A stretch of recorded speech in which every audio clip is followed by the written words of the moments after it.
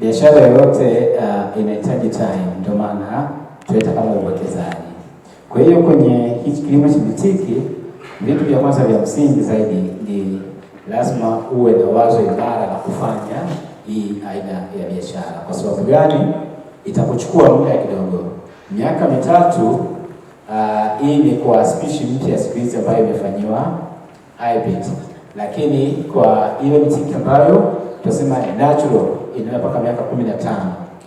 Kwa hiyo hapa, kabla hujafanya uwekezaji, lazima utenge muda wa kufahamu, kwenda kusoma na kuijua biashara yote kwa undani. Kwanza ni muda gani utatumia, pia kuangalia riski ambazo zitakuwa associated. Kwa mfano, kipindi hiki chote muda unaendelea kuwekeza, kwamba hautakuwa unapata kipato chochote mpaka muda wa kuja kuvuna. Kwa hiyo hapo ni kuangalia kwamba je, kipindi hiki muda unafanya uwekezaji, hela itakuwa inatoka tu. Hela hii. Kwa hiyo ni kitu cha kuassess kwamba okay, risk iliyopo kwamba itakuwa natoa kiasi cha hela, kuanzia swala la ufuatiliaji, maybe you acquire the land, kwamba unaenda unanunua land. Baada ya kununua land, uanze kuifanyia urekebishaji, uliandae, kufanya caring, then kwenda kuchagua aina ya mbegu, kupata vijana sawa ambao ni wafanyakazi wa kuweza kuclear na kusimamia. Kwa hiyo hizi zote ni riski involved kwenye hii aina ya biashara, na ndio maana output yake inalipa zaidi, lakini kutokana kwamba ni sio kilimo kwamba unafanya leo kesho unapata, ni cha muda mrefu.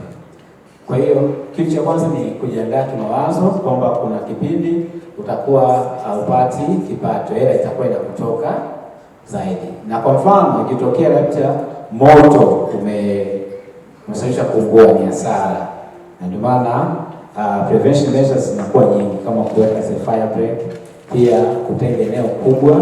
Ndio maana mashamba ya mengi yanakuwa yako mbali kidogo na mimi, yanakuwa sio ambazo ni pembeni. Pia gharama ya kujiandaa kipindi hiki chote, lazima ujue ndani ya miaka 2 mpaka 5 watakiwa utenge kiasi fulani cha hela ambacho lazima kitakuwa kinatumika kwenye zoezi zima la kufikia kilimo chote kwa ujumla. Lakini pia kitu kingine hapa cha kujiandaa ni swala zima la nani atakuwa anasimamia. Na ndio maana uwekezaji huu kwa mwanzoni unahitaji matunzo sana. Mwaka wa kwanza na mwaka wa pili tofauti na mwaka wa 3 na mwaka wa 4. Kwa hiyo kuwapata watu sahihi wa kuweza kusimamia, na watu hao sahihi at least wawe na experience, wawe wamefanya. Na ndio kama tunaona kwamba akiwa amefanya inakuwa kala kuliko mtu ambaye hajafanya kabisa. Aliyefanya kwamba atajua hii vitu jinsi ya kuikuza, kuipanga na kadhalika. Kwa hiyo kwenye vitu hivi ndivyo ambapo tunaweza kuassess kwamba amount ya riski ya kufanya aina hii ya biashara. Ni uwekezaji mzuri, uwekezaji ambao unasaidia sana. Sawa, lakini unahitaji muda na ushauri wako binafsi. Ndio unafanya uwekezaji huu, pia unaweza kuwa unafanya uwekezaji wa muda mfupi wa kutengeneza kipato kingine, ili kile kio kimesaidia kwenye maisha ya kila siku, ambapo kwa mfano labda uwekezaji kwenye kilimo cha mazao kwa msafa ameshaweza kustaafu, au kufungua biashara ambayo itakuwa ina angalau kila mwezi basi inaongeza kiasi cha hela. Tulifanya utafiti fulani kwa baadhi ya watumishi wengi ambao wanakwenda kustaafu. Tulikuwa tunawauliza kwamba je, baada ya kustaafu watafanya kitu gani? Tulikuta zaidi ya asilimia kubwa, kama 30%, walipoti out kwamba wataenda kufanya kilimo. Na kwenye kilimo wengi walikuwa wanafuata kilimo ambapo mtu akipata faida, kama kilimo cha miti au labda kilimo cha mazao, lakini wachache sana walizungumzia kama kilimo cha mazao mjini, yani urban farm. Kwa mfano watu ambao wanalima mzoni mjini, hawa riski yake hii kubwa sana kuliko mtu ambaye anaenda kulima nje kabisa ya mji. Sawa, yeye maana anaenda kulima mbali mashambani. Riski ya kule ni kubwa kuliko kwa mtu ambaye analima mjini. Kwa hiyo katika pale tukagundua kwa watumishi wengi wa wastaafu priority kubwa wanaangalia kwamba faida kubwa iko wapi, lakini huwa waangalii kwamba riski iliyopo.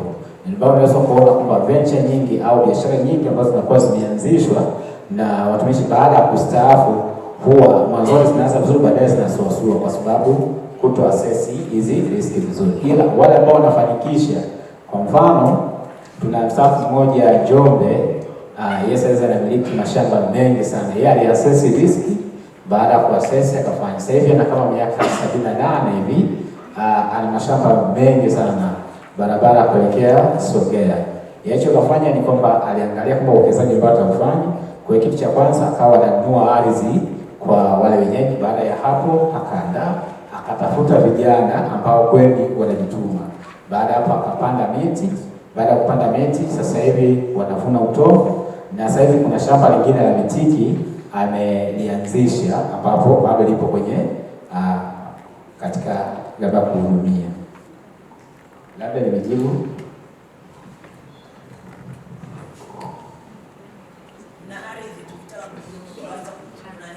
kuanza kupanda. Ndio. Ardhi nayo. Sisi binafsi ardhi kwa upande wa kilimo cha mitiki hatuna, ila tuna kwa ajili ya uwekezaji tu, kwa sababu tulichukua maeneo mengi. Kwa hiyo tumechukua eneo kubwa la kwanza ambalo tunaanza na mfano. Kwa hiyo plan ni kwamba hatuna ardhi kubwa ya kufanyia hivyo kwamba tuuze.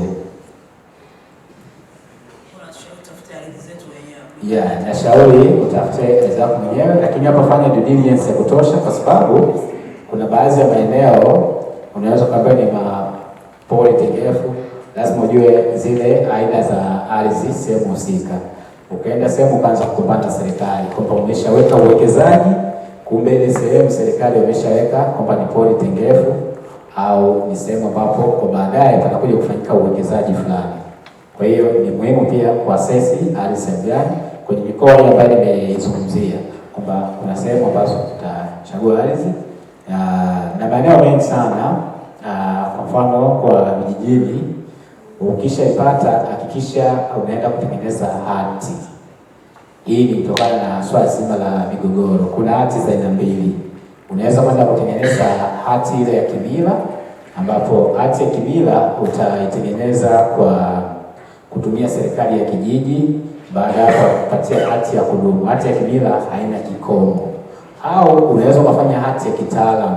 Hii kutoka Wizara ya Ardhi. Kwa sasa hivi unamchukua mpima, yani survey, ataenda kusurvey, utachukua coordinate ambapo ni majira ya nukta. Baada ya hapo utakuja kusajiliwa kwa halmashauri ya kijiji.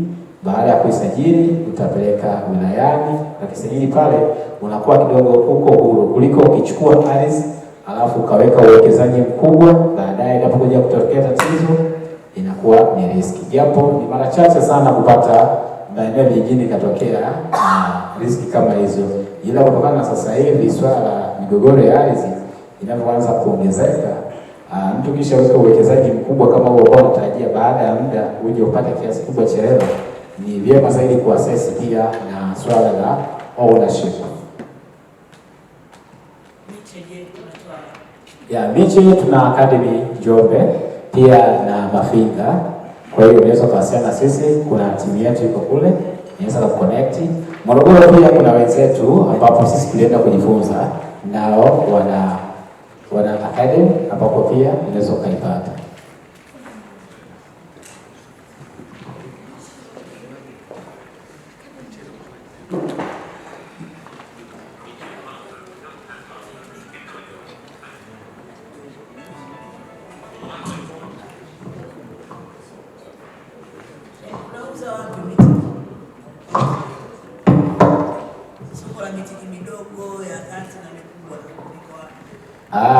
Kwa mitiki sisi tuna ya kisasa tu, sawa?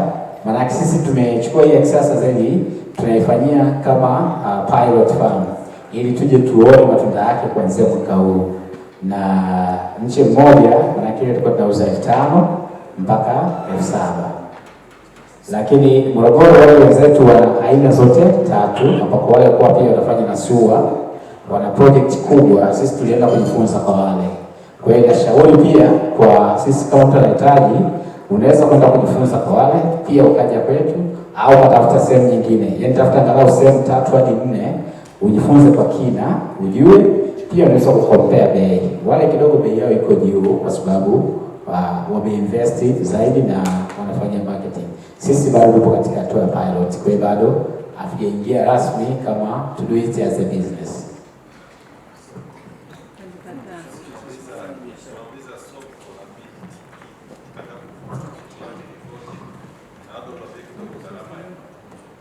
Ndio.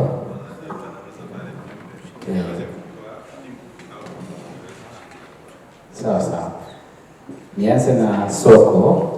Soko kwa sasa hivi bado ni kubwa kutokana na uhitaji wa